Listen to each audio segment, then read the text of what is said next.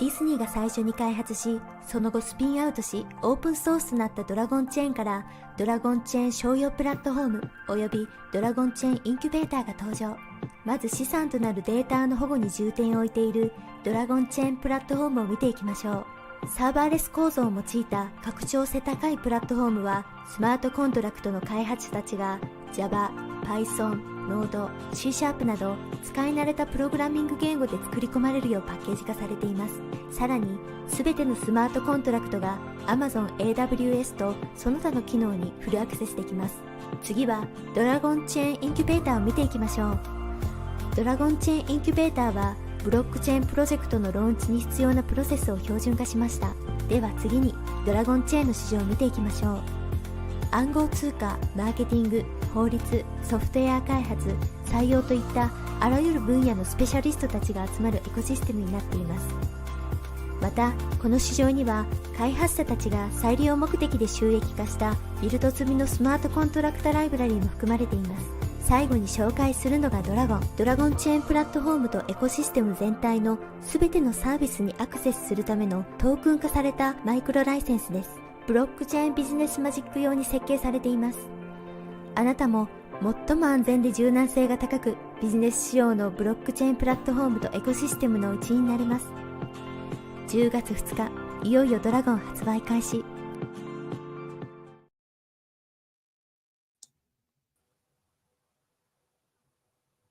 You're muted. You're muted. Sorry. The World Blockchain Roundtable has been hijacked. Welcome to the 189th episode. Bitcoin's birthday party, January 3rd. What are we going to celebrate? Our host for today, William, Legacy Zach from the Legacy Right, and myself, Andrew Joseph from the Legacy Right. Satoshi Sean's not here, potentially coming. Greg is not here, potentially coming. Lisa's not here, potentially coming. Hold on just a second. Joe is out, potentially coming towards the end. Dave, not here. Aaron Day. I think Joe might have joined John in the tunnels. Potentially, yeah. Aaron Day is not going to be joining us today. Potentially, maybe down the road, but not today. John, who I do believe, would appreciate such an old joke. And sorry. Welcome in, guys. Like I said, it's been hijacked. So today's episode is celebrating the third birthday of Bitcoin. And let me go ahead. We'll get right into the questions. Well, we're like, I think last week if you can go back to that, I think it shows the lots, right? Oh, yeah. I'm sorry. Yeah. We had last week's show what was last week's show? Something about if Satoshi revealed himself. What would he think of the current industry or Bitcoin, or what would he have said? And this is a participation show, whatever. So you can earn a lot by asking questions or becoming a panelist on the show. You earn a lot, which is layer ownership tokens. And Satoshi would have revealed himself, but rumor has it he might have been might have been in Hawaii at the time. So a rumor. It's just a rumor. Just a rumor. I can neither confirm nor deny. That's right. But I can confirm that this is the world's first DAO-based blockchain podcast. So, like I said, let's go ahead and jump into the program here with the questions. Sounds good. Just a second. First of all, Happy New Year, everybody. Right? Wow. 2024 is dead and done. Over. Yeah. It moved pretty quick. What about Ohio State, Zach? Happy New Year. Yeah. Oh, yeah. 41-21. What a game. Yeah. Well, there's always next year. That's right. There's always next year, Oregon. There's always next year. So what do we celebrate? Bitcoin's birthday is January 3rd. And, last week we talked about Satoshi Nakamoto. So this week it's kind of Bitcoin's birthday. So it's almost like a tie-in to last week's show, right? I think Bitcoin, it was certainly revolutionary and still is, introducing a whole new technology of blockchain and programmable money. That's new in human history. Money seems to always be tied, at least in the last few thousand years, has been tied to government. And so we look to our government for stability. The institutionality of money. We look to government as being the stable force, the arbiter, and the honest broker or honest third party, if you will. We've looked for money to be something that is provided to society by governments. And Bitcoin, Bitcoin is one of the, it's the first programmable money, but now that has been changed into a digital form of gold. So it's not even a currency anymore. Hence the over my ear here, the hijack of Bitcoin that some would propose is accurate picture of what took place. I lived it, and I would agree and concur with Roger Ver and Patterson's statements in the book. But so we're here to celebrate a birthday. Tomorrow is January 3rd, and that will be Bitcoin's birthday. So that begs the question: what do we celebrate about Bitcoin? I guess, right? We celebrate Trump coin. Trump coin, yeah, and all the other meme coins that came about after the fact, right? Well, Joe Biden, sadly, a Trump coin might not be a meme. If it is, it's a pretty sad, unhappy meme. Yeah, with tie-ins to the central bank digital currency that they're definitely wanting to create, trying to pivot with. Yeah. So, but well, it started in 2009, right? So, when the first block was mined and Satoshi introduced it was, January 3rd. So, I think his vision of a free market currency and the whole cyberpunks as a group in a group chat, forum that talked about this and others that came before them and failed, and others that came before them that were centralized. And Satoshi certainly wanted to create something that would be have a small inflation rate, not just a static number or a descending number of tokens or coins. And so the whole mining process, proof of work, was introduced. It just it's a technology that I think is huge. You can go back in time and think of all the different things that have been created and invented, going back to Tesla and AC and DC and that whole argument, and is kind of, I liken that to like the fork of Bitcoin and Bitcoin Cash as a fork, AC versus DC, a little bit. But flight, the automobile, transistors, the internet, the computers that we have today, and way up there near the top of the list is programmable money, because it's still in its infant stages, but we have to think of the heart of this invention. Yeah. That this is the opportunity where we can have money that is not centralized, and certainly not centralized in a government entity. And that's what Satoshi, I think that's what needs to be celebrated. Not what Bitcoin is today, but its potential of that technology for the future. There you go. That's my 2 cents. Right. Well, you said the AC. Sorry.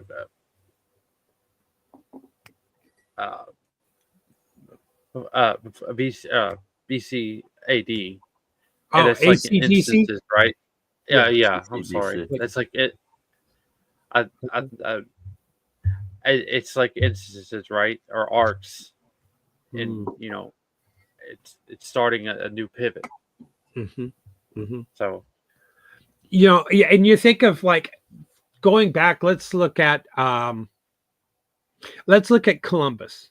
He was trying to find something. He's trying to find a different route to Asia, and to be able to trade spices and silks and whatever, and a faster, cheaper route. Instead, he discovers North America basically, and we're not going to go into all of that, but it took hundreds and hundreds of years for North America to become what it is today, and the rate of technology growing at an exponential rate that we see today. I think Bitcoin will be someday that idea of programmable money that's outside a third party and eliminates third parties is going to be eventually adopted some way, somehow, and make a giant impact and change for humanity for the better. That's what I'm hopeful for. And that's what I would celebrate on Bitcoin's birthday. What do you think, Zach? Speaking of AC, alternate current, that's effectively what the blockchain is. Like all the energy input that goes into the mining data and the innovation of different forking technologies, that's alternate current to its T. Like without AC, without Tesla, and then of course Edison's hijacking of Tesla's AC, and I mean, you probably don't have Bitcoin, Right. so you don't have these projects that come about, and you don't have the expansion of an alternative away from more centralized control of money. So we do have to thank Tesla for the discovery of AC, or not the discovery of AC, but the forging of AC and what it is naturally, and how we were able to utilize alternate current in order to achieve these projects. Yeah, and it just goes. Let's go back to your original intent of what Satoshi wanted versus, like you said, Edison, who basically forked it and created his own interpretation, and basically it never was. Never was as it wasn't what it was potentially could have been. True. And you go back to kind of the movement of people looking at, the cypherpunks and what they posted and what their thinking was, and what Bitcoin is today. That certainly is a different fork and viewpoint, and use case. And then, so I think there's a lot of evidence to state that Bitcoin was supposed to be a currency and not just a store of value. And then there's others that are, the small blockers and the Bitcoin maximalists that believe that Bitcoin can become a currency eventually, but it needs to have a stronger position in the world as a store of value first, and then transition to a currency. And there is a lot to be said about that. I think it's a valid argument. Unfortunately, it lends itself to centralization. And state capture. And I think when we get into the questions, we'll probably dig into that. But that's that's kind of, I guess, on the setup of things. Of you can think of if we need to establish Bitcoin as a store of value, and an increasing valued, an asset that increases in value over time because of scarcity, then later, as technology blocks expanded or whatever we do, we could then convert it into a currency. There's an argument for that is a possibility. I don't how can I say it? Because it goes all the way to the 8th, 10th, 12th decimal, and you can expand it further. Then the SAT, or the smallest increment of Bitcoin, is if it becomes an inflated value of outrageous number, then those SATs still could be the currency or the trading, kind of like pennies and nickels and dimes and quarters, etc. But is it really so? At this point in time, to celebrate Bitcoin, you can say is celebrate Bitcoin's birthday. It is not, a peer-to-peer electronic cash like it says in the white paper. So the announcement to the world of its birth of being a peer-to-peer electronic cash is kind of like a baby being born, and I'm going to be president. The name is given, and the name is given, but then it gets changed in the courts to a different name, and it's no longer that name. Yeah. Right. Yeah. So, for what it's worth. Speaking of questions, do you want to jump into them real quick? Let's do it. Will do. All right. Just a second. Let me hear a little more. Dear friends, the next episode of the World Blockchain Roundtable is on Thursday, January 22nd. January 2nd. The World Blockchain you don't gotta Roundtable read is that, Andrew. Oh, okay. Sorry. Yeah, you don't have to read that. We're good. That's just explaining to everybody on Den.social. So go to Den.social, everybody, if you haven't joined, and join that. It's an alternative to the fuckery of X. Right. Yeah. Jacob Wayne has posted a question: if Bitcoin has been commandeered, then what is left? What is there left to celebrate, or can we celebrate its influence on the tech space as a whole? It's a good question. Yeah, good old Jacob Wayne. Yeah, definitely. That's a great question. But I'll start off. I guess I'll say we pretty much already kind of discussed a little bit to open up on celebrating it. I mean, the fact of what it could do, what its potential is, what it's led to, the alternatives or the forks, because Bitcoin was essentially hijacked in terms towards what the white paper presents. Mm-hmm. So the vision of Satoshi is kind of gone, but not really. You want to give him? Hold on. Do you want to give him 50 of your matter, or are you trying to give him energy? Oh, that's my bad. I meant to say. Yeah. Yeah. You want to just hit that up arrow over the 1.7? Yeah, just hit that up. Yeah. I mean, you can tip him. Yeah. That is a good question. That's up to you, though. I don't know. You want? Yeah, I'll have 50. Let's go with 50.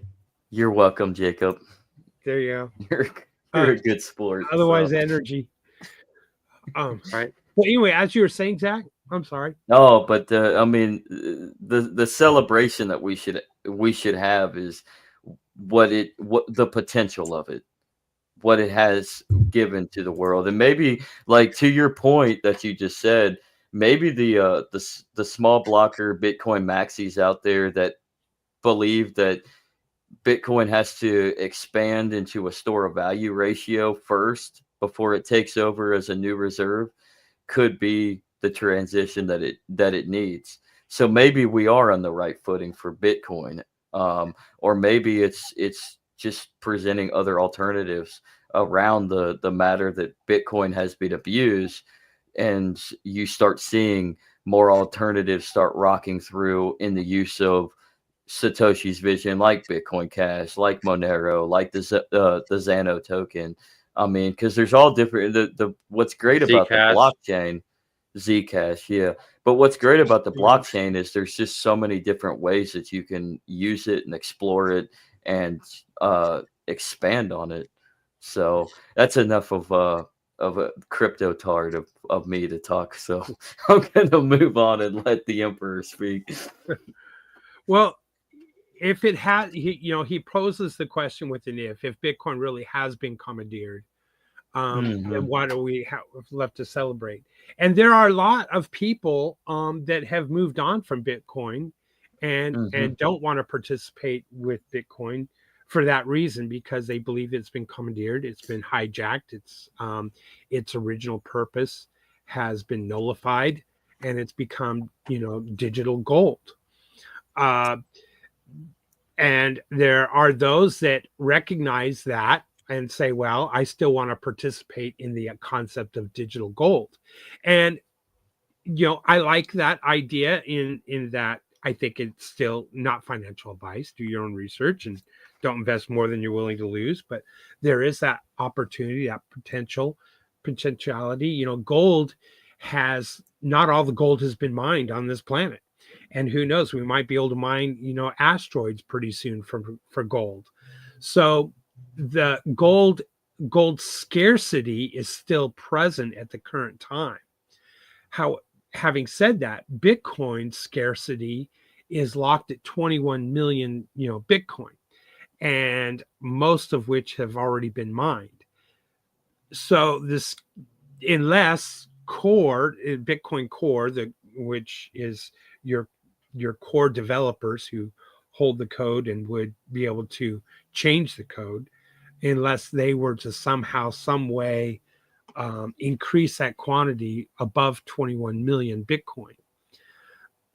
So I think that the being commandeered and what is left to celebrate is just the technology and that opportunity. Because let's think about it. If you want to move a lot of gold, if you're traveling or you're moving from one country to another country, it's not easy to move all of your gold from one country to another country, because now you got to declare it and you're going to be taxed.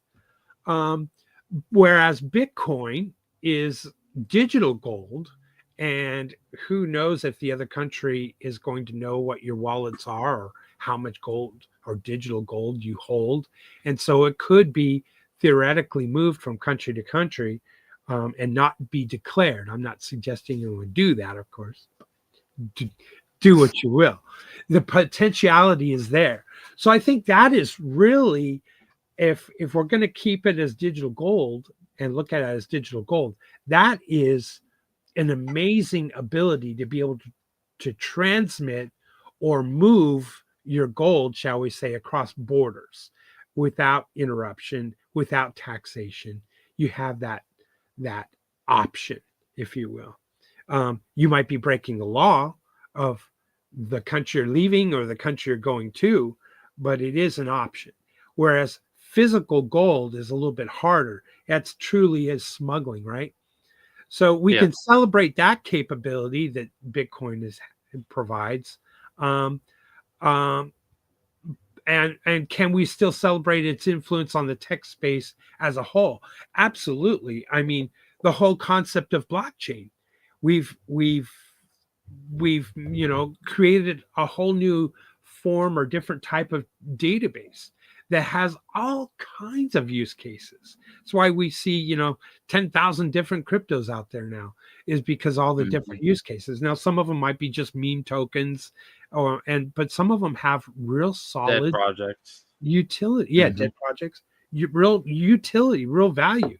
Din.social has a token, 3 different tokens, to be honest. And, Dragon Chain. And look at all the others out there that provide different services, layer 2s, layer 1s, and all kinds of utilities that burst out of the whole blockchain technology that Satoshi brought to the world. So yeah, we certainly can celebrate that and those influences, and privacy coins and tokens. Now because Bitcoin is pseudo-anonymous, now we have true privacy coins that can't be traced. They're inside a black box, if you will.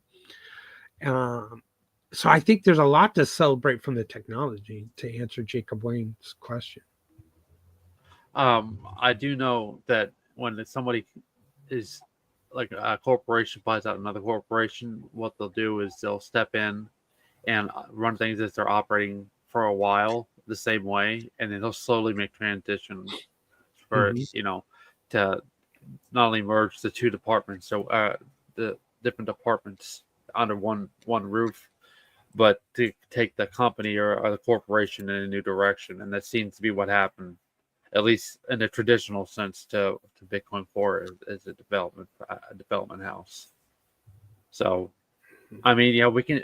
It's like Jacob said, we can celebrate it as an influence, but the original intent is completely gone. There's no more, anarchy minded thinking in that particular development house.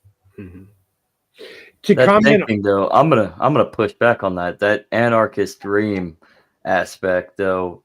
That has potential to come back even with Bitcoin. It does. I mean, just on the it's not level gone of forever, but yeah. the intent that they're under, the influence they're under now, is it's under wraps. They don't Sure. want to go in that direction because they've obviously got an agenda. Mm-hmm. Yeah, but governments come and go, and they can't live on forever. And then there's always, I mean, I live under that. We live in the real world, so there's always going to be a governing body, but there's always going to be a new governing force that comes into power. So, effectively, the potential of Bitcoin becoming what it was intended could be so in the future, as the centralized authority that has expanded over the decades and even the centuries, the last couple centuries now. I mean, that will eventually come to a hailing stop, because you can't continue to go on this Ponzi scheme frenzy of living off of a debt ratio for too long. So eventually, the United States is going to collapse. I mean, as far as the federal government, the governments of Europe are eventually going to collapse. Well, they are pretty much collapsing. Russia is going to eventually collapse. So you're going to end up seeing a different world order kind of come out of all of this. So you will be able to start over. True. It's Well, just it's a lot harder for Russia to make that turn. This is compared to the United States, because the United States has never had a consistent, solid identity. They've always, pivoted to another instant of an identity. Well, neither has Russia. You could argue Russia, that neither has Russia. Yeah, I guess you're right. Russia, I mean, I guess they're like the big brother in this situation. So, Czar 15 in the chat, he's right. It never actually moves unless you move it from one wallet to another wallet. So you're physically moving from one country to another country, and you're asked to declare if you have anything in your possession.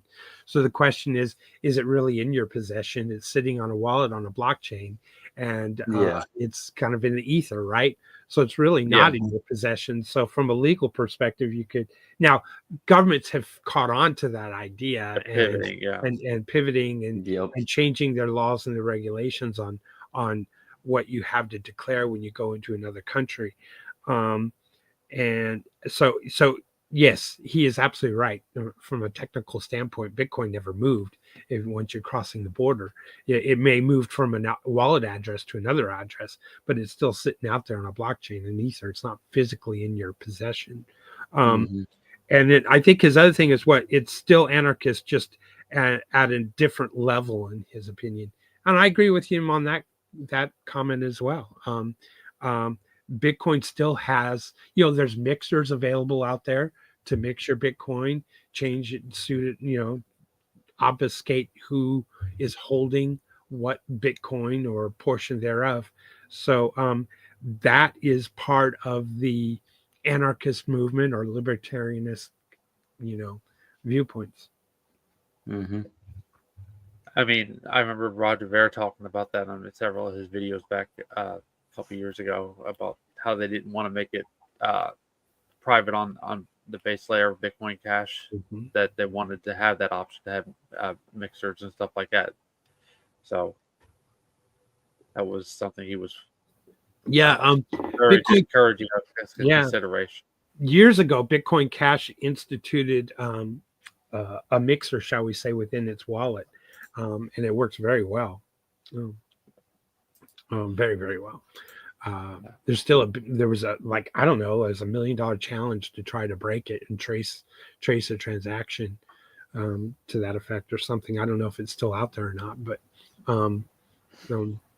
it was profound what they were doing. You're poor. Not sure. I'm not sure what that was supposed to mean. So just figured I'd throw it up there.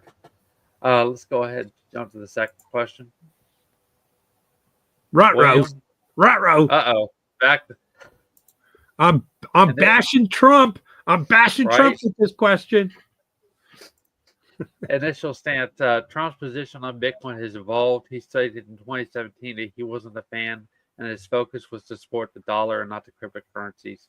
To tame Bitcoin, he approved the trading of Bitcoins on the Chicago Mercantile Exchange as a futures contract in December of 2017. In 2019, he described Bitcoin and other cryptocurrencies as not money and criticized their volatility, suggesting they were based out of thin air. His shift in policy. As the 2024 presidential election approached, Trump began to pivot his stance on cryptocurrency. In speeches and public addresses, notably at the Bitcoin 2024 conference in Nashville, he proposed the idea of establishing a U.S. strategic Bitcoin reserve. Question: what is the history behind Trump's proposal for Bitcoin to become part of a government fiat's backing, and how feasible is this proposal? No, I think we're living in history. We're living in history. The history is the fact that it's being utilized as a commodity asset in the reserve of the dollar as number goes up. So Bitcoin just hit 100,000. It's since dropped, but it's since kind of stabilized around that 93 to like 96,000 range, right? I haven't looked in a minute, but it seems like it's staying within that $90,000 range. So I would say that his shift in policy is using Bitcoin exactly as that, as a commodity asset, the new commodity in propping the dollar up since the petrodollar has effectively failed. So he's going to start pivoting. He still wants to hold the dollar as the highest standard. So he's going to utilize Bitcoin as the means to prop up the dollar so that we still have the world's reserve currency. And so a new petrodollar will be created. It'll just be to a standard of Bitcoin. Yes. Yep. William, would you like to go first? Would you like me to respond to your question first? No, I'll go ahead and go. It's just that the U.S. has to have because we don't really manufacture anything here, and our dollar isn't backed by anything except for our military strength now in the world and our influence in the world. That is really what it comes down to. So I don't think Donald Trump's position on the dollar has changed at all, other than he wants it to reign supreme over the world and be the world's reserve currency. BRICS is going to give it a run for its money, and it's again still in its pretty much infant stages. But the BRICS nations have come up with a platform and kind of a standardization or a framework, if you will, on how the BRICS currency would be backed by various different commodities, namely gold or a percentage thereof. And each country would hold a certain amount of gold, and it would be proved. It would have a, shall we say, a proof of ownership or proof of holding of gold to back the BRICS currency. So when Trump was, I think, looking at that and getting advice from others about how do we support the dollar and continue the dollar beyond just using our military might or flexing our muscles militarily around the world, I think he said and realized from people who told him, well, we're going to have to back it by something. And we're going to have to continue to try to continue to back it because we've got to compete with the BRICS nations that are doing just that. And recently we've seen gold also hit an all-time high as China and other central banks have started purchasing more and more gold. And the U.S., nobody knows what's really in Fort Knox anymore, if it's still got gold in it or not. And nobody's, even a U.S. representative that is elected to Congress by we the people, isn't allowed to go in there and audit it. Nor is the Treasury Secretary allowed to really go in there and audit, even though supposedly Mnuchin says it's there, when he was the Secretary of Treasury under Trump.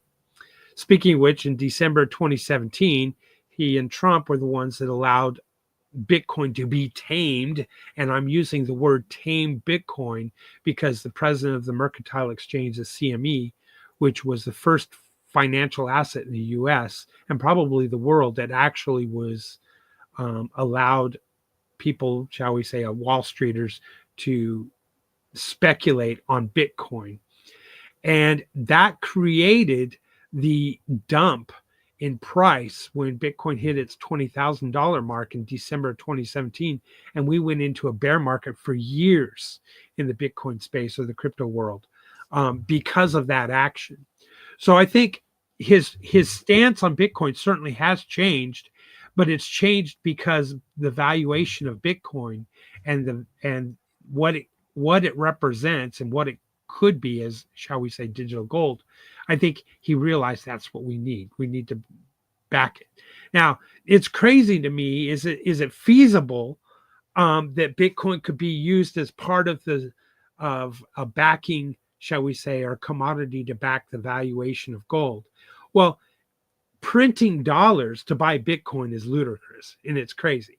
But then what are you doing? You're creating inflation by printing dollars to buy Bitcoin, and then the government becomes a hodler of Bitcoin. At what point does Bitcoin get sold by the government in a squeeze because the government now needs to cash out some of its Bitcoin and is almost like a rug pull on its citizens or people around the world of Bitcoin out as a rug pull? But if they really wanted to back dollars and use a certain amount of Bitcoin to back it, I'm sorry, I'm carrying on and on and on here, then the price of Bitcoin is going to go insane. What is it? One Bitcoin is going to be $1 billion? I don't know. $10 billion for one Bitcoin? I don't know. Who's to say? I just don't think it's, well, I don't, it's Bitcoin was supposed to eliminate third parties, and I don't trust the government as a third party anymore. Yeah. Man. Some people do. Yeah. Balances key. That's right. Well, I can see how this plays into it from a political perspective. It's because he's just a second. Yes. Sorry, I had something else to say. You do. I can see how he would pivot into this from a political perspective because the way the narrative has developed. I can see him using it as a bait and switch to try to get people to vote for him, and he's really realistically not wanting to have that as an actual option. He's just saying these things, but because he's a narcissist. That's what they do, is that they lie. But at the same time, if he is privileged to stuff about Fort Knox that most people aren't, and he knows that it's basically empty, he doesn't have an option. So, good point. It can go either way. It just depends. We'll find out. A couple weeks he'll be in office, and if they're going to actually do something about it, they're going to actually do something about it. So, yep. The next question. One last comment. Someone, I think Coca-Cola put on their BTC, ETC, LTC, and that's a great example of diversification. And my thought is, rather than use Lightning Network on Bitcoin, just use Litecoin or Bitcoin Cash if you want to spend or transact real quickly and have your, it's kind of like diversifying. Okay, so you're going to buy gold and you're going to spend silver, and that's exactly what Litecoin was supposed to be at the ratio of Bitcoin to gold and Litecoin to silver. There's more silver in the world than there is gold, and hence the ratio. But when you look at the real price of Bitcoin and the price of Litecoin, it certainly isn't that ratio, is it? But Litecoin works. It's been stable. Bitcoin Cash works. It's been stable. And both of them offer privacy capabilities. And I like ETC as well, especially since the fork from Ethereum. Just two things real quick. I just wanted to jump back to something you was talking about. You was talking about bricks. That's been something that they've been working towards since the 90s. Do you think they're actually going to be able to successfully pull it off? I mean, there's still some speculation about if they're actually going to follow through with it because of the tension between some of the member countries of the agreement. India, China, for example. Absolutely. They're going to be able to pull it off. I don't know when. I don't know how soon. If we do fall into World War III, then that's essentially when it happens. That's one scenario that would initiate very quickly the BRICS as another world currency. But yeah, it's definitely going to happen because we weaponize the dollar. Biden weaponized the dollar against Russia. We confiscated Russia's assets and bank accounts. And we have far reaching beyond just our borders to do that. So by weaponizing your world reserve currency is a very dangerous thing to do. And that, I think, spurred and increased the rate of growth and acceptance in the concept or idea of BRICS. So when we were supposed to be more like Switzerland with a reserve currency. And let's face it, history is on the side of BRICS or whatever else pops up, because world reserve currencies typically don't last but 100 years, if that. So, before it was the British pound, and before that it was the Dutch, and Rome used to be the world's currency, right? So it's inevitable. It's part of, it's in our history that we choose and migrate towards a different reserve currency. It's interesting about the history. Oh, I was going to say it's history about the history perspective when it comes to world reserves, because the United States is on par to not even outlasting a century, because we really didn't become the world reserve currency until about 1971. I mean, you could go back to post World War II, I guess, but on a realistic standard, it was 1971 when the gold standard was removed, and then what was it? A couple years after that, they needed to tie it to something, so they tied it to petroleum reserves and created the petrodollar. And we're not even near to. We have 20 years to go until the anniversary of the century anniversary to the end of World War II and Bretton Woods and all that. And then we're 40 years. We're about or actually less than 50 years, but to the century of the dollar being removed off of the gold standard and the petrodollar being created. So we're defying history. Sure. In the opposite, in the negative, we're defying history in the negative. Do you think, William, that they're going to actually, Trump will actually allow things like Mimble-Wimble to proceed? No, not a chance. I think his constitutionally, his job is to protect the dollar at all cost. And if protecting the dollar is also, to protect the dollar, they want to eliminate cash, because to protect the dollar also requires control. So hence the idea of CBDCs, right? So it works against everything that government is about. The government is about control. Government is about controlling the narrative, controlling what we can or can't do. And when I say government, I'm meaning governments around the world, not just the U.S. That is that is kind of their purpose. We are control freaks, and we have narcissists that rise to power, and psychopaths, sociopaths that rise to power because they're power magnets to that, and they will use any weapon or tool on their tool belt they can to maintain power and control. And maintaining power and control, the best way to do is the money, right? Was it Rothschilds? I care not who writes the laws, but basically how much money you have to be able to control Nathan and buy and Rothschild. bribe a politician.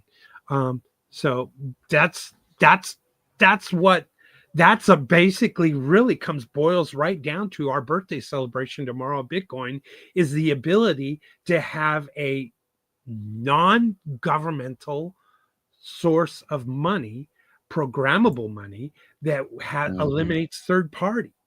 And when the world wakes up to that ability that has been created, and however it morphs and it becomes just that, a true source and inner core of freedom. And there you have it, I think. I mean, it's interesting you said the Rothschild quote, because I think he actually stated that essentially on the eve of the Battle of Waterloo, which is kind of eerie.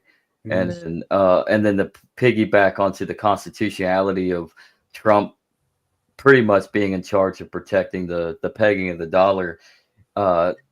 If Congress weren't a bunch of cowards and wanted to take back the balancing act of what the Constitution's supposed to preserve, all they need to do is just get the majority in Congress to vote and pass a law that dismantles legal tender laws.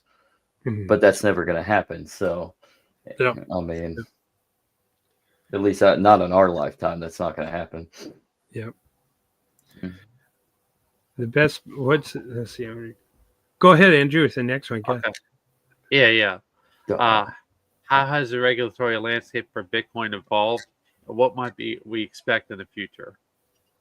I guess that kind of touches base with the Mimblewimble thing. I'll just ask real quick, if you don't think he's going to let them do it, why does it still be talked about openly, do you think? I think by buying Bitcoin on the open market or direct from miners, if the government were to do that, it's a way of controlling the whole Bitcoin, kind of like Bitcoin Core controlling the code, right?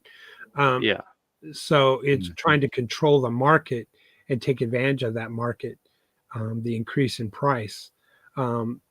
If you think $100,000 Bitcoin is something, once the government, if it passes the House and Senate, which I don't think it will, to be honest with you. I don't think it will either. But if it were to, and Trump to sign it into law, oh my gosh, can you imagine the price of Bitcoin? Now that's a pretty good bet. Maybe it's 1,000 to 1 shot, but to put $10 on the table for 1,000 to 1 shot might be worthwhile if you're a betting person. The regulatory framework, though, the regulatory landscape for Bitcoin is evolving, and it's going to continue to evolve.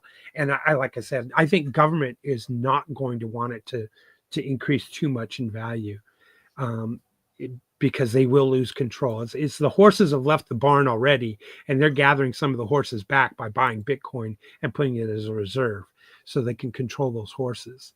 But really, here's the other scenario.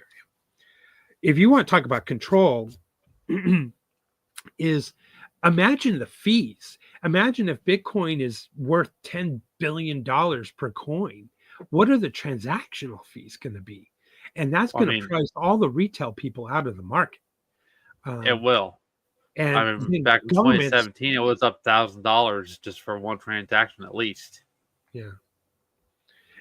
Joe's got a great point here. That would be the deep state angle on it for sure. But constitutionally, his job should be to end the Fed and move control back to Congress. Boys and of course.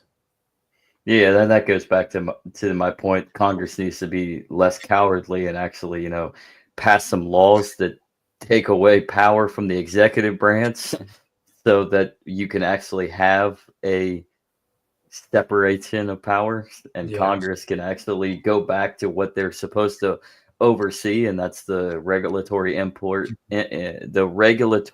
oversight of the monetary aspect. Do you think his desire to do term limits for members of Congress has anything to do with that? I mean, it Yeah. breaks up their Yeah. power grip, I think. Well, At least to a It does. degree.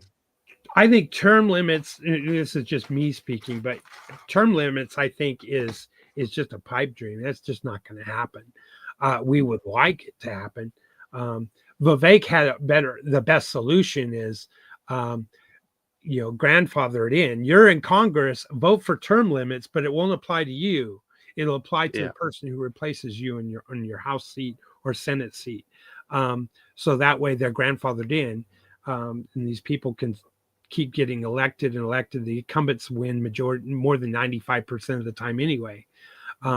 They age out rather than get voted out. Well, they use gerrymandering to do that too. Mm-hmm. And so, it just comes back down to it. Me personally, there's no solution through DC to our problems and our woes. We have to look. I mean, you got 300 years of inward. What's really funny about old Gary, it's actually Gary, not Jerry, was his surname. What's very funny about old Gary back in the 1820s when gerrymandering was created was he was a Democratic Republican. So he was a Democrat. Wow.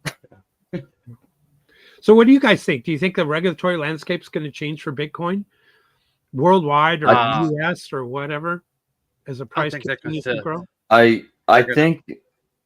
Go ahead, Andrew. I said they're going to continue to try to centralize it, but the more centralized it becomes, the heavier it is to reinforce, which means the whole system kind of goes overboard.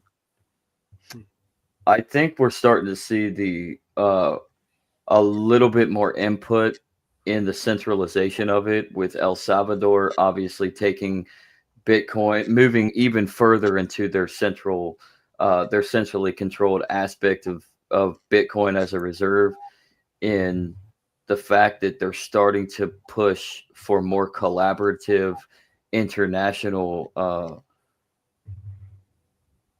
I don't know, I can't think of the word, but yeah, they're collaborate way in embracing the international landscape. So like right now they're trying to make deals for a Bitcoin partnership with like countries like Argentina.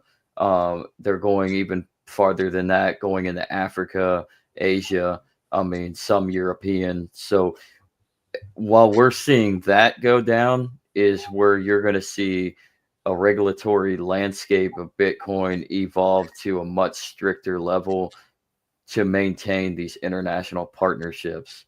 So whether that's good is one thing, whether that's bad is another. I mean, the world will only know. The world's not going to know until it's actually tried. So, but yeah, that's what the expectation is for the future, is collaborative partnerships, and eventually you will have a fiat subject that's backed by the Bitcoin reserve. Right. I see. The problem isn't DC; it's human nature. He's true. He's absolutely right. Mm-hmm. It's human nature that we get gets greedy with power, and so it's an accurate statement. It's the problem isn't DC. I would a little bit disagree in that the problem is centralized control, and the centralized control frame that we work within, or that's above us, is then you plug in that human nature element, is where it all goes wrong. So if it were more decentralized and more local, it would be less of a burden on our lives. If you think about it, we got like the European Union, right? And you got BRICS, you got NATO. You have all these like more centralized organizations to cover the territory, the governance territory, and cooperation, and stuff like the Bahamas and stuff like that. They've just implemented their own, and there's one that they're working on for Africa. It's a lot leaner and a lot easier for governing bodies to consolidate into smaller organizations and to cooperate with each other to enforce the law than it is with more countries. and everybody's on the different page. So I can see how that might be something that they would try to, pivot to and regulate however they feel is necessary. There's a big part of Congress too that is very anti-Bitcoin or anti-cryptocurrency. Some of it is they're just normies and they don't get it. Some of it is ideologically it doesn't match their political viewpoints or philosophy, and some of them don't want to give up that control. So there's a lot of people in Congress that are very anti-crypto, and there are those that are controlling them through various ways, shall we call it the Intel superstate, that don't want Bitcoin or cryptos to become a powerful tool of freedom, or kind of a freedom movement or a freedom protest by we the people.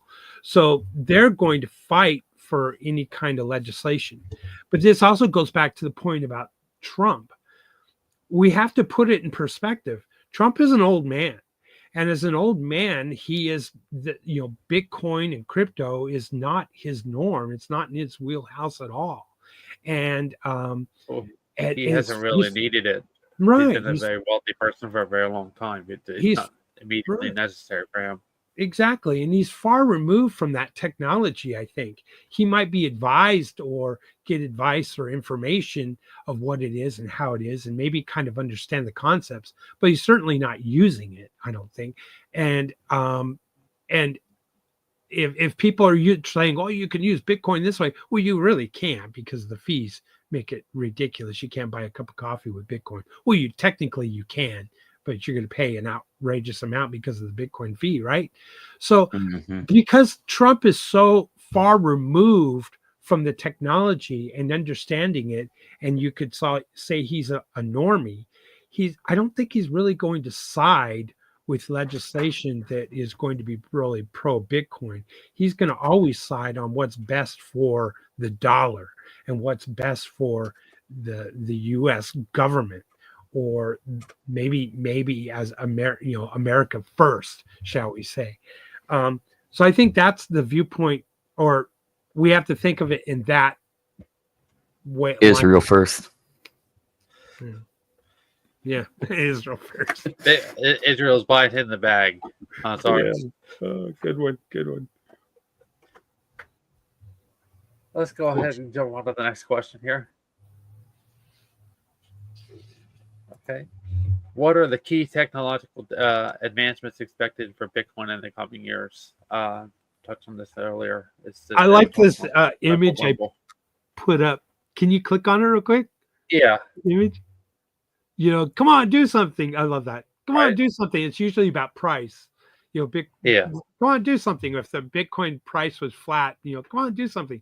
Well, SegWit was implemented, and then the Lightning Network. Come on, do something. 18 months. It'll be ready in 18 months, guys. Just trust us. We know what we're doing. We're the coders.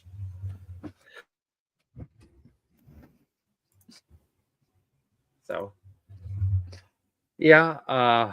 Easy. Bitcoin Core, I don't see any real. Just number go up. All the activity is in alternative chains. Yeah. And every couple cycles there's going to be a new Ethereum. There's going to be just something big that's going to, like we've been talking about here lately, Xano. That's just one of the potentials. So.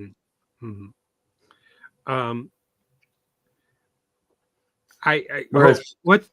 Go ahead. Oh, I said, whereas with Bitcoin, I think you pretty much have what you got. I don't think there's anything more that you can advance Bitcoin, because it's kind of just stuck. It's stuck on being a commodity. Yes. It's okay. That's multiple questions here, so I wanted to wait to the end. Yeah. Yeah. As you were saying, Zach, I don't know, the Bitcoin really has one capability. It's You can send it or you can hold it, right? Or if you want to call those two things. So it doesn't have Basically. any other utility other than, number go up, hodl it, and hope for the number to go up, and hodl it, and hope that Wall Street gets more involved, and hodl it, and hope that government starts buying it as a reserve. So to run the price up. So that means if you're trying to run the price up, you're really chasing fiat. You want more fiat because eventually you've got a sales price so that you can cash out for fiat. That's what I would think that people are looking at when they look at Bitcoin as speculation or number go up so that they can cash out to fiat versus maybe someone who is looking to crypto as a way to exit the system and leave the system as a whole, and use it as like an agorism, a counter economics to the current system. So I think that's what it comes down to. I don't think we're going to see a lot of change in the Bitcoin, and if Michael Saylor gets his way, which it seems like he's got a lot of power and influence, he certainly doesn't want any changes to the code, right? He wants it to stay stagnant and become just he's that. a CIA asset. Yep. He's an asset. Yeah. I'll say it till I'm blue in the face. Michael Saylor is Like your CIA. blue shirt. So it's actually bluish gray. All right. Oh, excuse So me. it's Sorry, forgive me. More gray. Blue like my background. There you go. So there you like Czar 15 says, I'm in it for the tech. Well, if you're in it for the tech, then you're really not into Bitcoin. I mean, because Bitcoin's tech is if they're not going to do anything with it or change the code or do anything with it, then it's set in stone. It's stable. And that's our biggest fear of the CBDCs, right?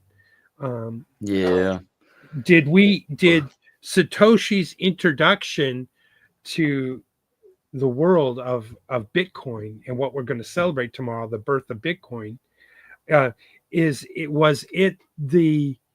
gave the state the idea of a CBDC. That's pretty scary to think that the monster, it's almost like a twin, like Bitcoin was born and there was a hidden twin that was born at the same time. And now that twin is the evil twin, which is CBDCs, or gave the idea, spawned the idea of a central bank digital currency that is all controlling.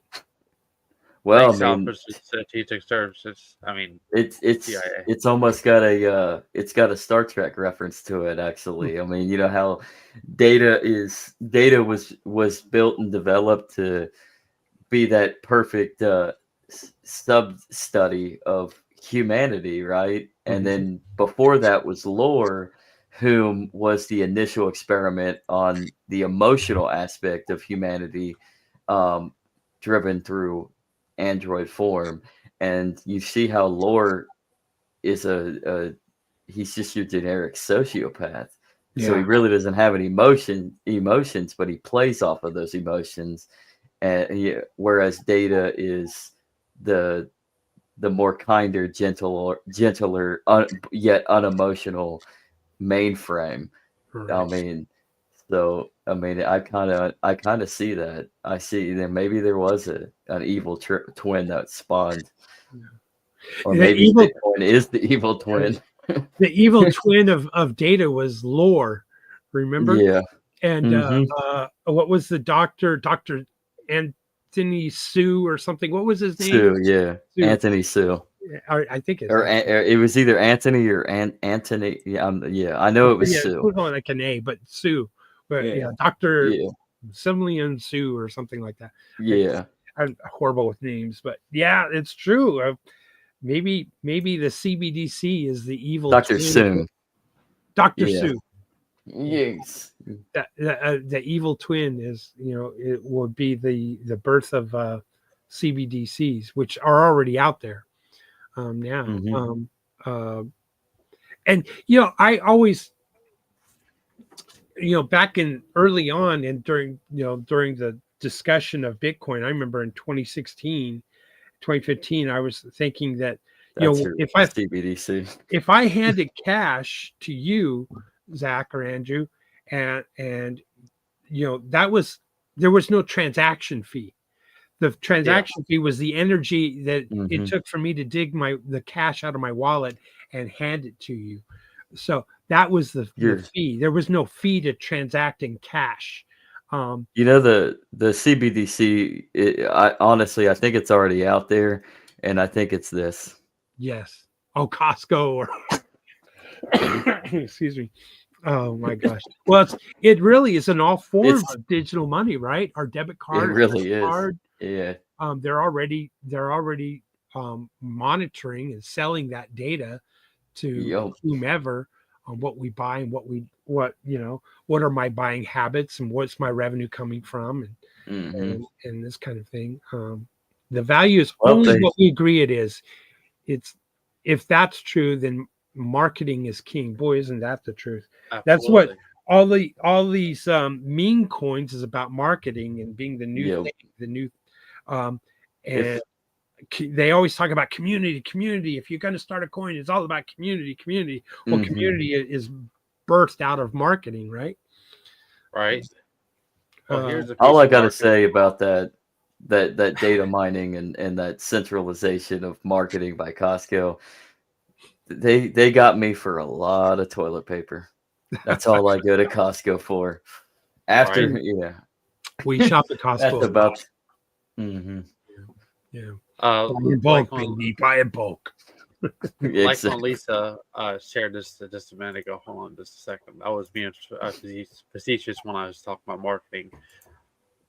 Breaking: the IRS has just issued a temporary relief notice as good news for crypto holders interacting with central CeFi exchanges in 2025. Temporary relief under Section 1.1012-1 parenthesis J parenthesis 3 2. So Mm. I suppose that's probably good. Probably a good thing. I mean, Yeah. they're letting up. What was the I'm trying to look it up. There's a bill that's been introduced in Congress to buy Bitcoin. Um, I don't remember what it was called. And who's the sponsor of the bill. I could. But it's just insane to me that we would actually try to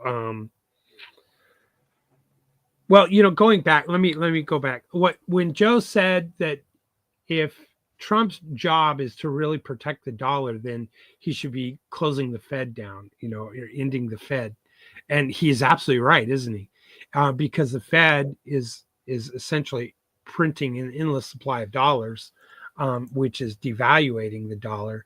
And if Trump is truly the president to protect the dollar, then he's going to want to curb spending, reduce spending, and reduce the power of the Fed or in the Fed.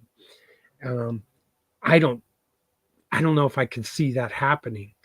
I would like to think that that's going to happen. I'm be hopeful that that's going to happen, but I'm not going to hold my breath for it. Right.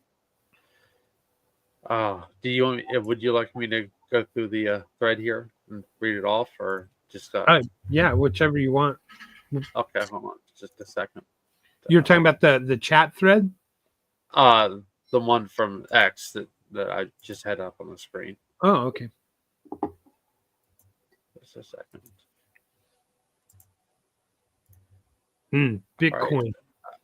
Who would have thought it would have came in fell into this? Right. Quick background first. The IRS finalized Section 6045 custodial broker CeFi broker regulation several months ago. Consequently, starting 1/1/2025, if your crypto assets are held with a CeFi broker and you do not choose a preferred counting method like HIFO or Spec ID, the broker will sell your assets under FIFO.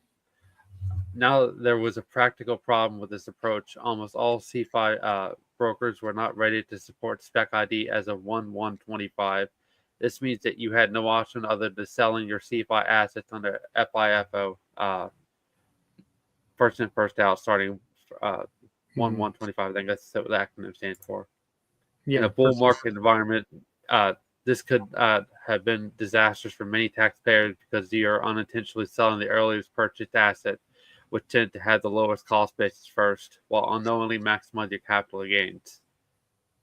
The IRS recognized this issue and issued temporary transition relief notice on 2025-7 July today. This means if you're I'm sorry. This means if you sell assets inside a C5 broker, you can still use your books and recording of crypto tax software to document which specific unit you're selling. You won't have to be locked into first in, first out as before. This temporary relief only applies to sales occurring inside CFI exchanges between 1/1/2025 and 12/31/2025. After 12/31/2025, you must pick an accounting method for a CFI asset, with the broker. By this time, I believe many brokers will support all accounting methods. So make sure. Yeah, it's definitely tailored towards the centralized exchanges, and they're going to report. It's just forget all, my opinion is just forget all of that and just go privacy coin. Yeah. Decentralized. But it's I just looked it up. It's Senator Cynthia Lummis introduced the Bitcoin Act in July of 2024, which outlined acquiring 200,000 Bitcoin annually over 5 years, aiming for a total of 1 million Bitcoin, or about 5% of Bitcoin's total supply. That's what her bill was proposed. I don't. What do you guys think? Do you think it has any chance of passing? Do you think? Well, do you think the majority of Congress, House and Senate, are going to agree to purchase 200,000 Bitcoin annually? Well, there's still a lot of holdouts who are kind of against it, so I don't see that potentially happening. But they're not going to make Trump look bad on purpose.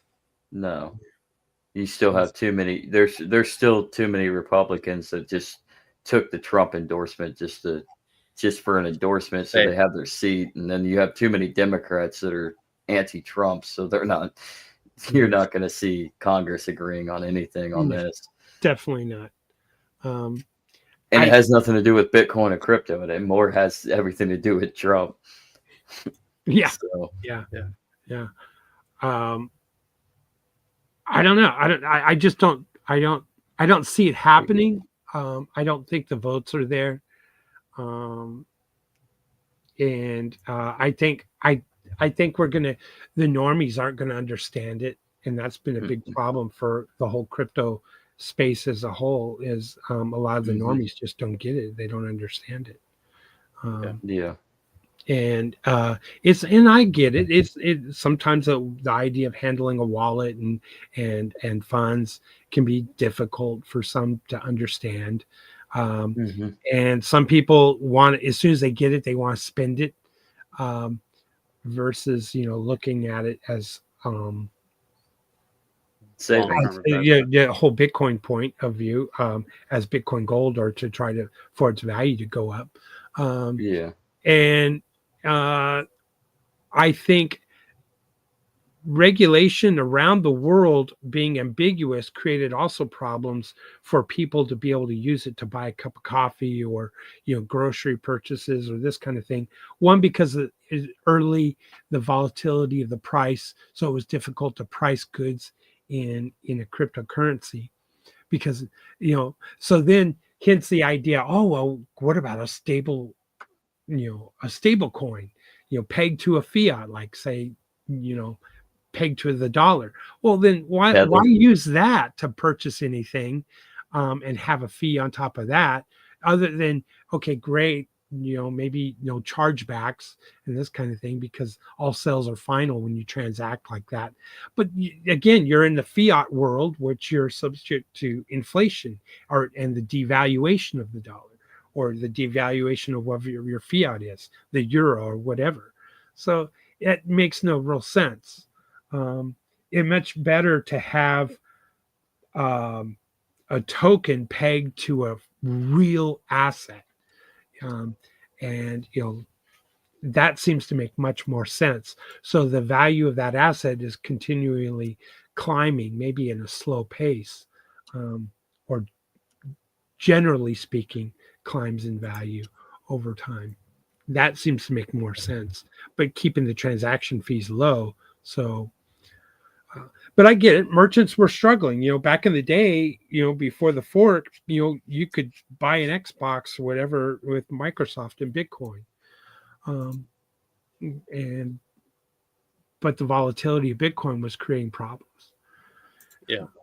And everyone wants that simple road. They don't want to have custody, so they allow our dollar custody is in the bank, right? We're giving the banks the custody of our dollar. So crypto's the same way. People like, well, I just want someone else to manage my wallet for me and hold it for me. Mm-hmm. No, Which is understandable, I guess. I'd like to know your opinion about this, William. Sure. If they are making it more difficult to transact in Bitcoin, but they also expect people to follow the laws and regulations like this, but they're also printing money to pay their bills, where do they go? Because the money's going out the window. It's more and more difficult to pay the people to enforce the law, but they keep making more laws and more lawsuits against the IRS, people like the IRS and stuff like that. And the laws are so complex and complicated, like what you're reading there. How can you keep up with that? How can you understand? Yeah. Let's go into the link that I just dropped from the Hill. Yep. That's where all the resources is going to. Wow. Let's take a look at that. Just a second. Montenegro extradites Duquan to the United States. Mm-hmm. Yeah. So another crypto head guy going down the tubes. Not surprising, actually. Yeah, no.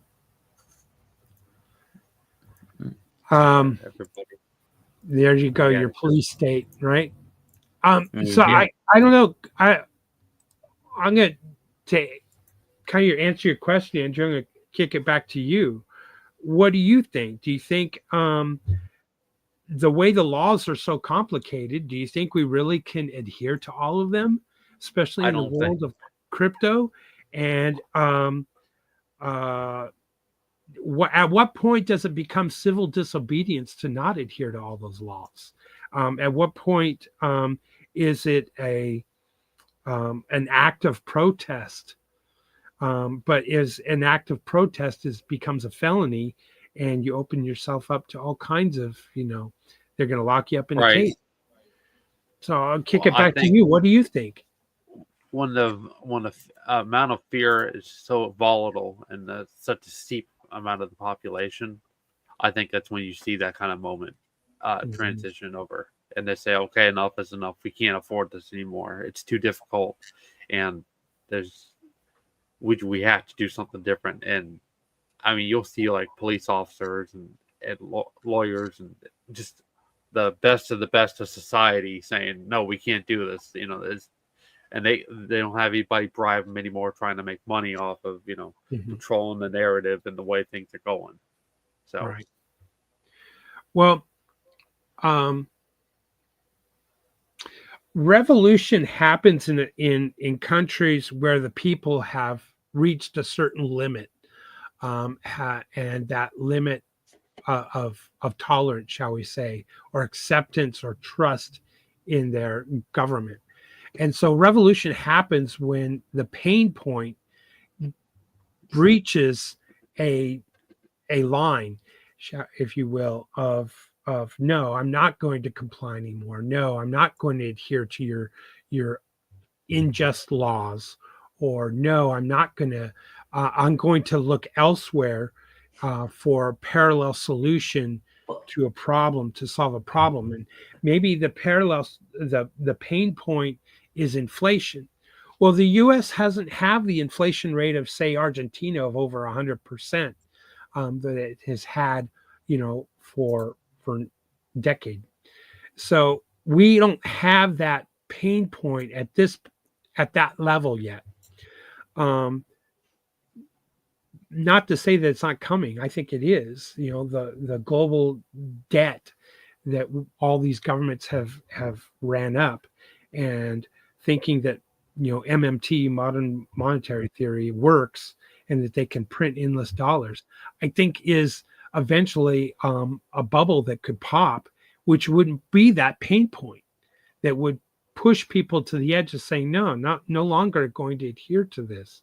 I'm going to start trading, whatever, my services, my labor, for eggs or milk or meat or beef or wheat or rice or whatever, and start transacting that way, because the value of the dollar is lost, kind of like the Weimar Republic. And I think it's a pain point that can be measured. And if we use the inflation level, then it becomes a tyranny that is pushed down on the people, and the tyranny, the people either bow to it or they rise up against it. And I don't know at what point that is in the US or in the Western world. I think that's what comes step up with an answer to that. Get rid of the welfare system. I mean, that's the most good luck. Immediate. I know. Good luck. I'm just saying that's the most legitimate rug pull that you can do for such a situation like that and get people to wake up. Mm-hmm. That's the whole reason why the immigration issue right now is such a big topic for a lot of Americans, is because they're for many Americans anymore. They're starting to see that they're competing against the welfare that the government's giving these illegals. Mm-hmm. They just want their they want their welfare checks, and they want more of it. And our governments are just handing money out like it's candy canes to illegals, while other Americans are still getting welfare. So I don't even understand why there's an argument at this point. Just let them all come in and let the system collapse. That might be a way to, actually, to your point, honestly, Andrew, that might be a way to end the welfare system. Well, let's put it a different way. What if the welfare system ends on its own, just because, the EBT card and the money that's loaded on the EBT card is not enough for people to survive off of anymore? That's true. That is true. So maybe it will naturally devolve into that scenario. Now, what are those people going to do? How are they going to survive and feed their family? What is a father or mother going to do? What are they willing to resort to pay, put food on the table for their children? That's what eventually we will face.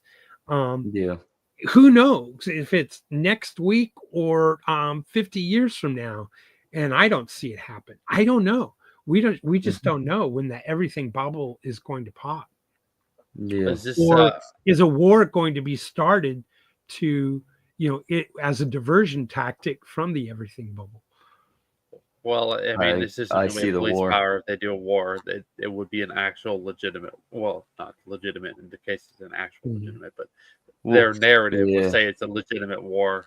Then it's a real existential threat, and that's how they consolidate the identity or complete the arc of whatever society that was before the war. Well, speaking of a war diversion, that could be theoretically possible in the immediate future, to start this year, because of how this year started and what happened in New Orleans. I mean, somebody just mauled down like 100 people and like injured like 30 something and killed 10. They found IEDs all around the French Quarter. They're already labeling it a terrorist attack of Middle Eastern descent. And then on top of that, I think there was a Cybertruck that burst into flames in front of Trump Tower somewhere, exploded. one of the Trump Towers. So they're already moving towards the war diversion. They're going to probably use this to go to war with Iran. Yep, that's if Lindsey Graham and those ilk have their way, that's where we're going. That's if it's ever back to ever, I appreciate Czar15 being active in the chat. Going back to real quick to a couple of points that he made about Dragon Chain and Dragon, being a layer hybrid layer 0, layer 1, Bitcoin and Ethereum are layer 1s, that interoperability that Dragon Chain has and its ability to scale. If it gets if something, if the SEC is, because right now it's shackled or chained down with its fight against the SEC in its case, and I can say this because I don't own any Dragon Chain, so I can speak openly about it. I feel like a semi non-biased perspective. Dragon Chain is one of those tokens, if you will, a blockchain that has so much potential. Bitcoin has it's so much potential as, shall we say, as a store of gold. Litecoin has its potential because it's like silver to gold in respect to its total quantity and ratio between Bitcoin and Litecoin, and that price differential is ridiculous. So Litecoin has a lot of upward movement potential. Bitcoin Cash and all the things that it can do, and others, Digibyte and low fee transactional coins and other coins and tokens that have utility.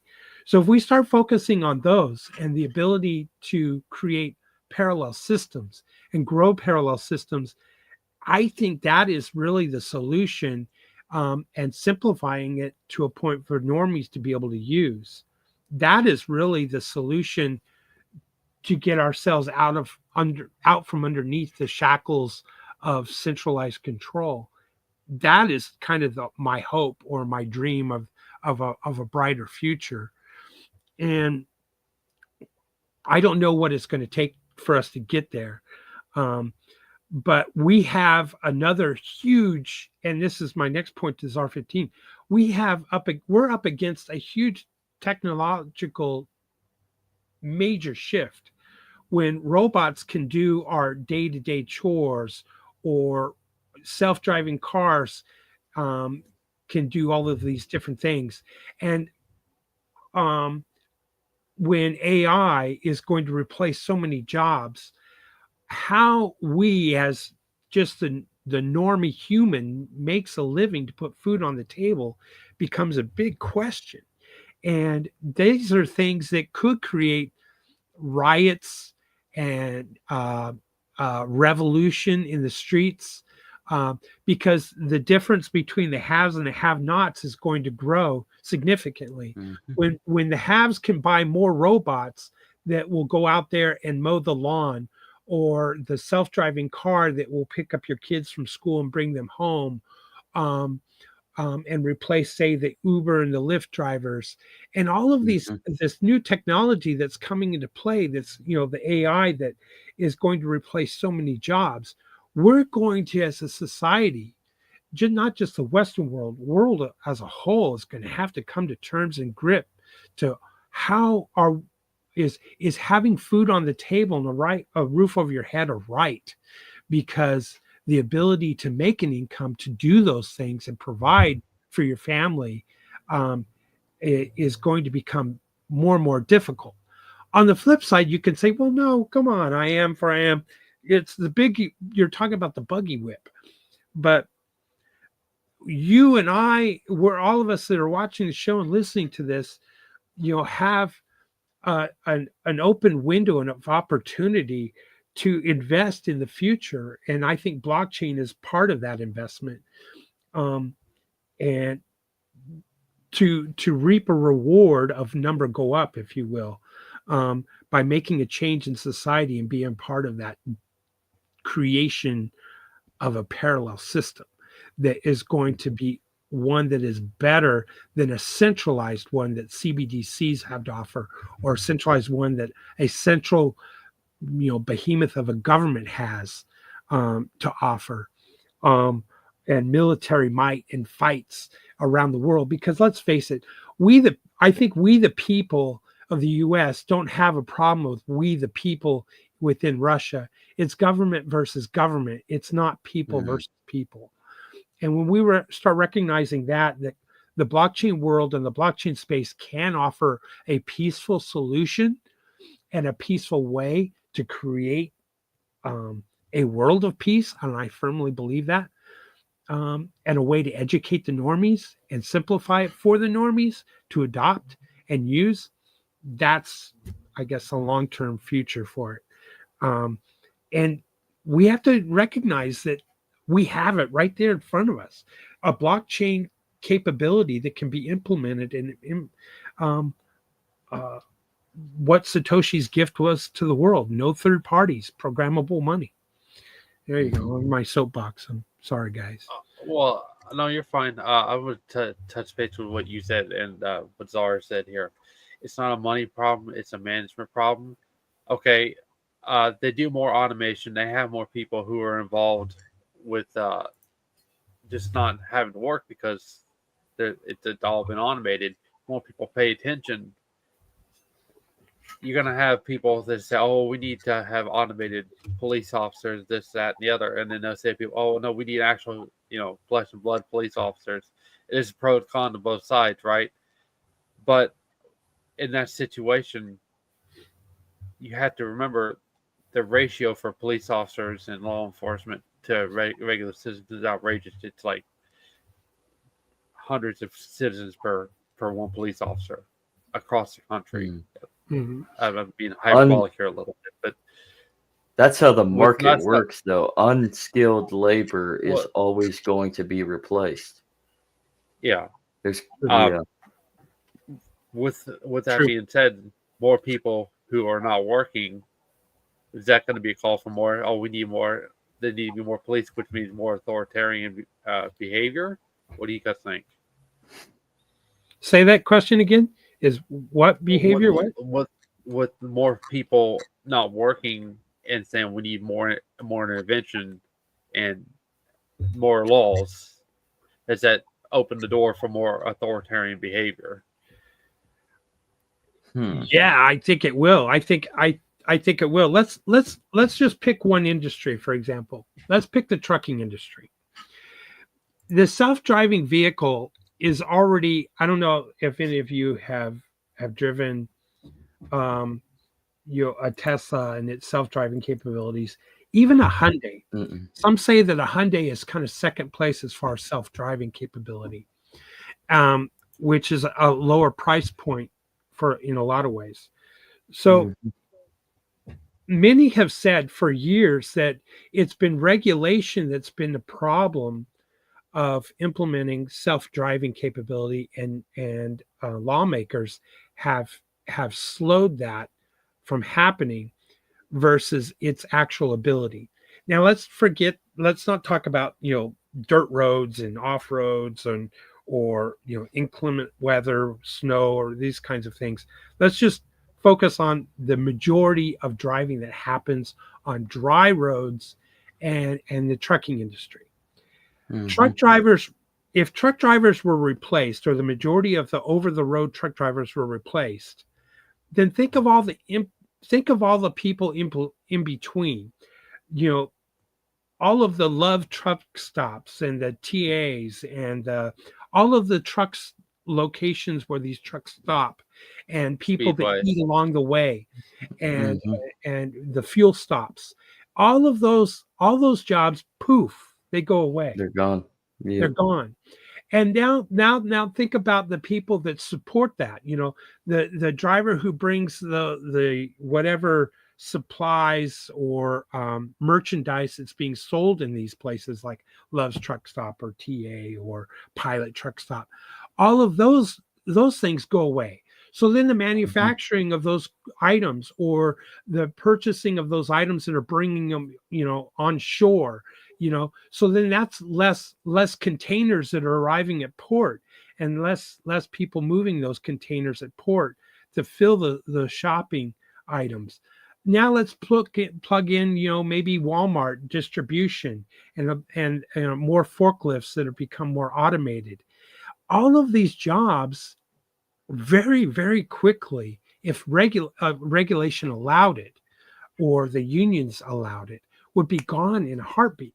And that's a lot of, you're right. And Zach, it's the low skilled jobs that are going to leave first.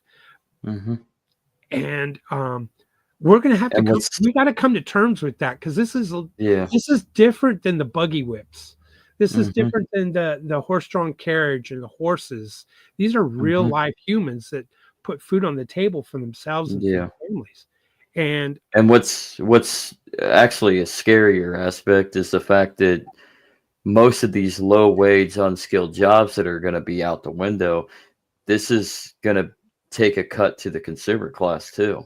So then what is the point of actually making or manufacturing anything if nobody is going to be able to purchase it? Is it just going to be a playground for the rich? And they're not going to want half of the garbage that's out there anyways. It sounds like maybe they will. Yeah. If we're talking about programmable money and we're talking about, universal basic income, UBI, I'm not for that. Or, but I don't know what the solution is to this problem, because UBI also, guess what that means? That means that's USD, that's CBDCs. That's not going to be programmable money. It's not going to be a Bitcoin or Litecoin or that's going to be plugged into that.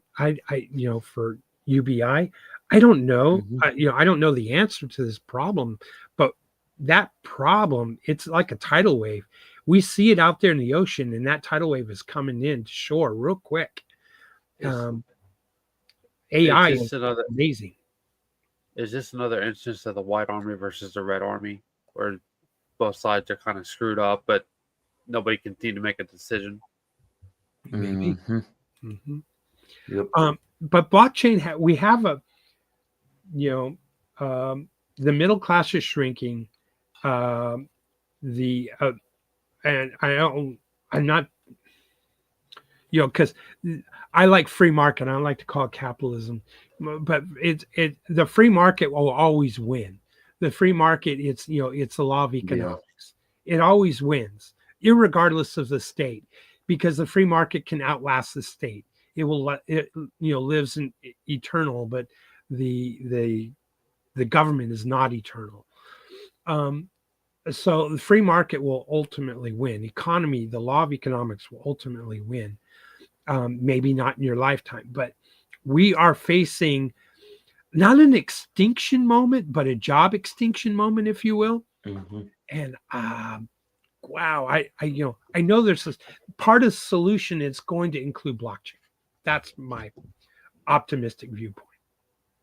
My understanding I will like to add that is the population reduction that they are aiming for, because that's the most realistic population reduction.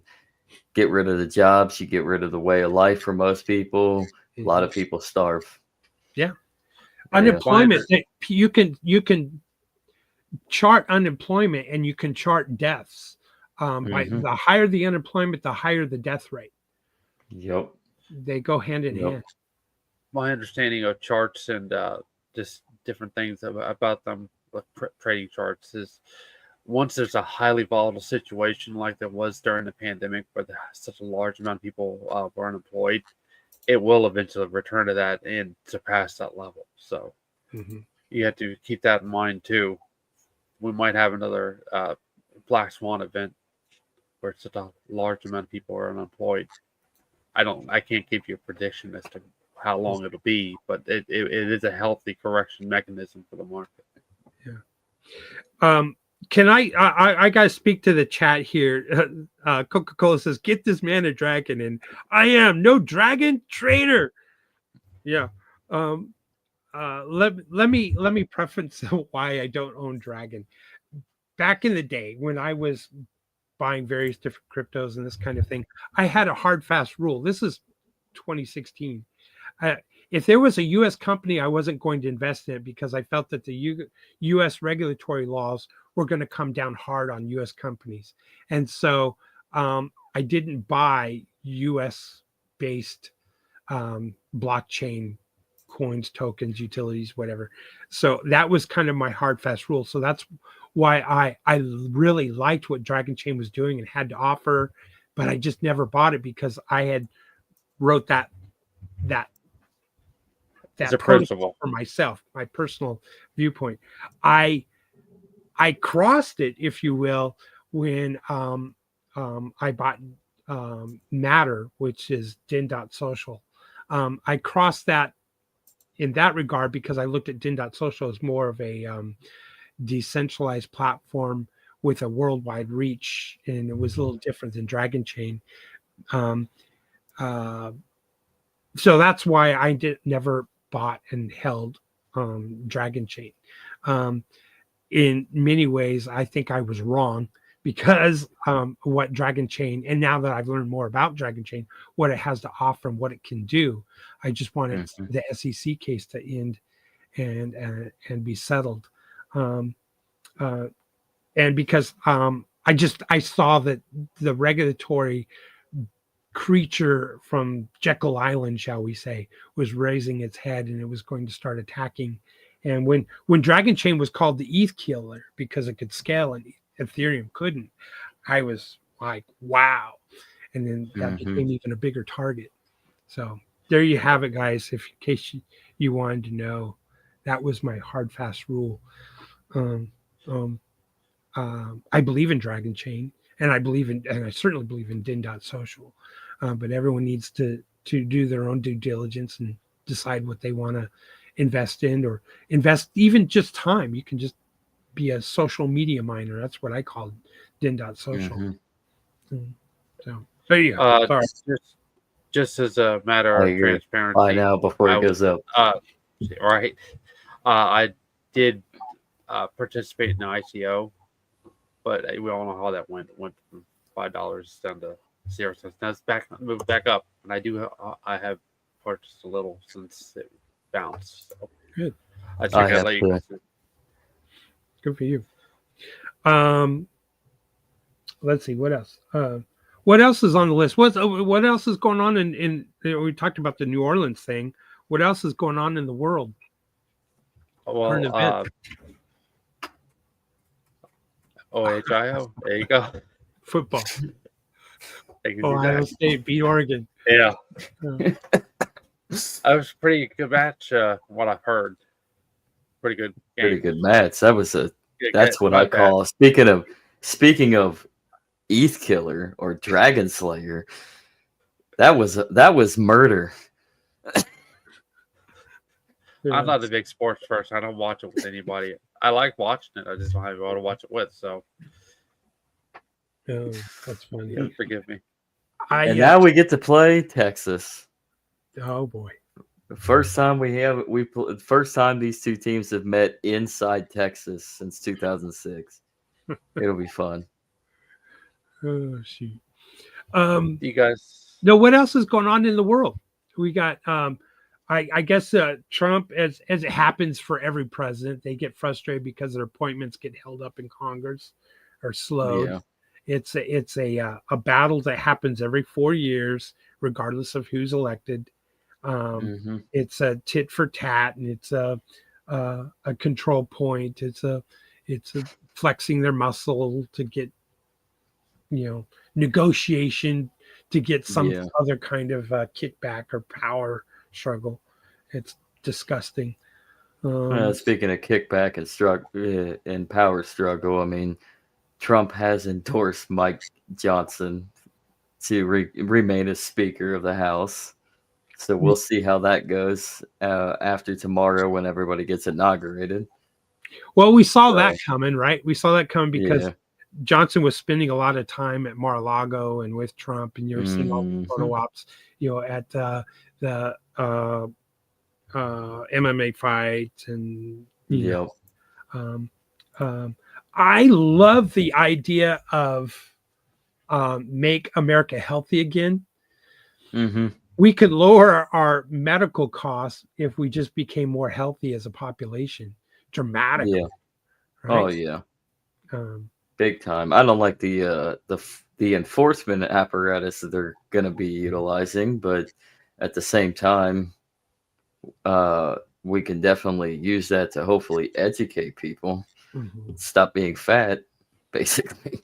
Yeah, yeah. Um, I like how that has. Oh well, the whole H1B battle with Elon and the Oh race yeah. and MAGA and the Mm. infighting there. That's a story, Mm-hmm. and it shows the kind of I think call it childish. You know how people got banned on X by Musk. Mm-hmm. Because this is his sword to die on. So much for being impartial. Exactly. All I gotta say right there is, you people put a lot of your time, energy, and even money into Elon Musk and his technocratic, true yet transhumanist agenda. Mhm. Hey, what's wrong with So- transhumanism? A lot, everything. You gonna take the Neuralink, implant it to If I your get brain? a chance, we'll find out. Yeah. Um, Come on, guys. Help me Some get a anarchist Neuralink. you are. Yeah, let's take up a fund, raise some funds for Andrew's Neuralink. Yeah. Yeah. Oh gosh. Zach, you going to donate to that? I'm gonna donate my I'm gonna Hair donate plugs. my blood. I need hair plugs. Come on, guys. Hair plug. Oh, You don't jeez. need hair plugs. You don't need it because Ah. your Neuralink is going to change your vision. So when you look at yourself in the mirror, it's going to see that you got hair. So it's going I to alter was your brain bald. that way. We don't need to. We just got to alter your thoughts and what you see, not Yeah. actually put hair on your head. We're gonna hijack the host, huh? Yeah. Just like we Yeah. hijacked You're I gonna take the have host. you're gonna look in the mirror with that Neuralink, and you're gonna see long flowing blonde locks of a true perfect race of some thought it was gonna particular be person. blue. I thought we would change it every once in a while. Maybe every Saturday he'd see blue hair. Hey. I mean, We're, if it we're works, not it works. Democrats here. I just want to mess with his head. Get it? Oh, Right. oh, shoot. Okay. What? No. What do you think about this? This whole H1B thing. This fight. What do you I guys mean, think about that? Hmm. Legal immigration I- versus I think undocumented. it's a way for social pressure for the people behind the scenes to Mhm. influence people's opinion. Yeah. That's exactly what it is. It's just another virtue signaling culture war yeah. epidemic. That It's really something is for all them it is. for the media to latch onto so that they can spin a narrative. Yeah. Mm-hmm. Yeah. So, and I don't know. With that, maybe it's time to bring some things back to the United States and educate people in getting into those fields, and then you wouldn't have the issue of this HB1 visa situation.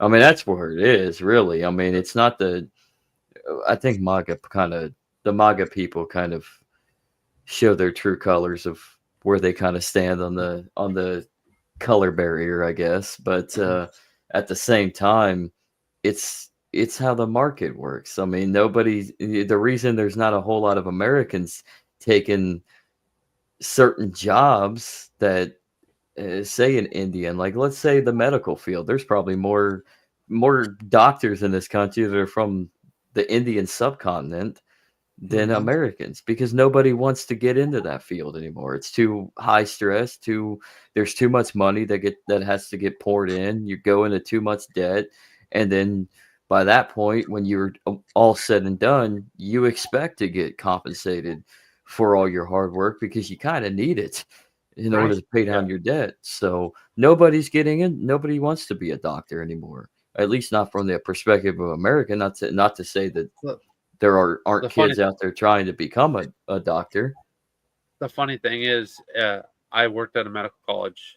My last job as a armed security guard for them while they were trying to get on that level to be educated for that.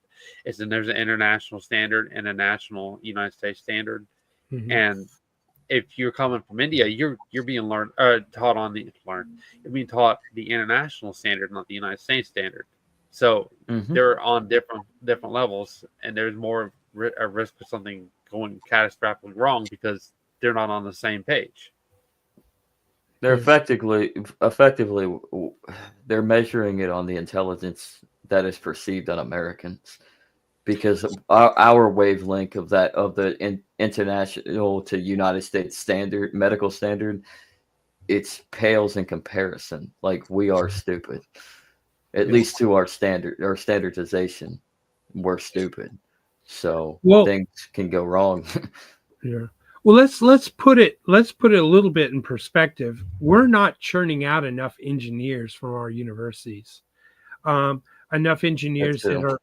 are asked or are positions that are available. Mhm. So companies are looking for a solution to fill those spots, and if we're not producing enough engineers for those positions, then they want to go outside of the U.S. and bring them over on a visa. So I get that. Mhm. There are other industries. Back in the time, there were issues with a truck driver shortage, and people were looking at drivers from Canada or Mexico to come over and work with visas to drive Mhm. in the U.S. But And they there still are have a shortage.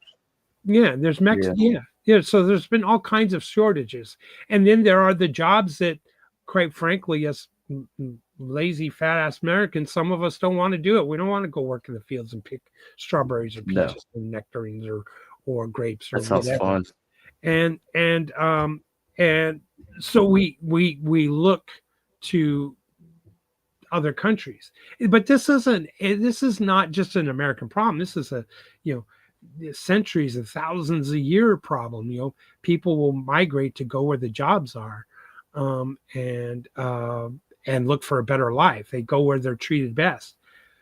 So if if we can't fill the engineering jobs, and we have to look elsewhere. And hey, why don't we have some more testing going on? Like, let's bring in the smartest and the brightest into this country and give them a faster pass into the country. Hopefully, though, it will be done right and correctly and fair, just that we're hiring people that were here already, were U.S. citizens already. Hopefully, we're hiring them first and not just off of the cheaper dollar worker. And unfortunately, that's what companies do. They hire the cheaper dollar all the time. Yeah. I'd like to make a retroactive comment about my previous comment. Just a small correction. Historically, the United States has always went to a country like Germany for their medical, expertise. So Yeah. I just wanted to make sure that I did point that out, because I don't want to leave that off the table. Is Gosh, that the reason why? Yeah, that makes sense that eugenics came to America pretty quickly.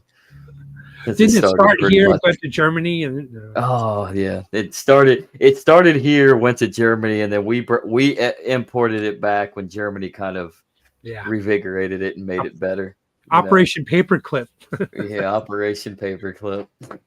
Well, hey guys, we're at 153 mark. I think we should probably start in this so we can get it in the books before the 2 hour mark, right? Yeah. Well, So, yeah. Zach, do you have anything you wanted to comment about real quick? Do I have anything to comment about? Keep stacking Bitcoin, keep stacking Bitcoin Cash, keep stacking gold, silver, because we are in for a wild ride. Also, don't miss the Legacy Ride every Friday. We're gonna do 11 a.m. tomorrow, live stream. So wake up, get ready, everybody. get your cup of coffee, and then listen to us losers talk about something at William, what's 11 going on a.m. with you? Eastern. Well, I just came back from vacation in Hawaii, and I'm going to be starting up a Din Social channel and highlighting Din Social, and also taking over the Din DAO posting. That's so we can have a discussion weekly about the Din DAO, and look forward to my role in the 2025 as Emperor of all social media. That's self-declared, but I was voted a real life. I'm a real life emperor of the Din DAO, emperor of the Din.social. So if you want to know a little bit more about Din.social, come follow me, and I'm excited for 2025. Happy New Year, everybody. 2024 is dead and gone, and 2025 is bright and prosperous for everybody. Well, Emperor, I have one question before we leave. Sure. Are you the emperor of the federated networks, or does that leave a spot for me? Say that again. Of federated networks? I didn't. A federated network. The decentralized social networks besides that. Yeah, I'm self-proclaiming myself of emperor of all social media. So I don't know. That has a wide range. Okay. I don't know if you want to be emperor of Mastodon with everything that's going on over there that they're in trouble for. Yeah, well, yeah, that's yeah. I won't take responsibility for any of their illegalities. Neither did Ross with Silk Road. So, no. But look what happened to him anyway. So, well, I always got Lemmy, but for today, I hijacked this podcast. Look for Joe to come back next week. You guys have a good one. We'll see you next time. Thanks for watching. Bye. America is not the government, people. The America is you.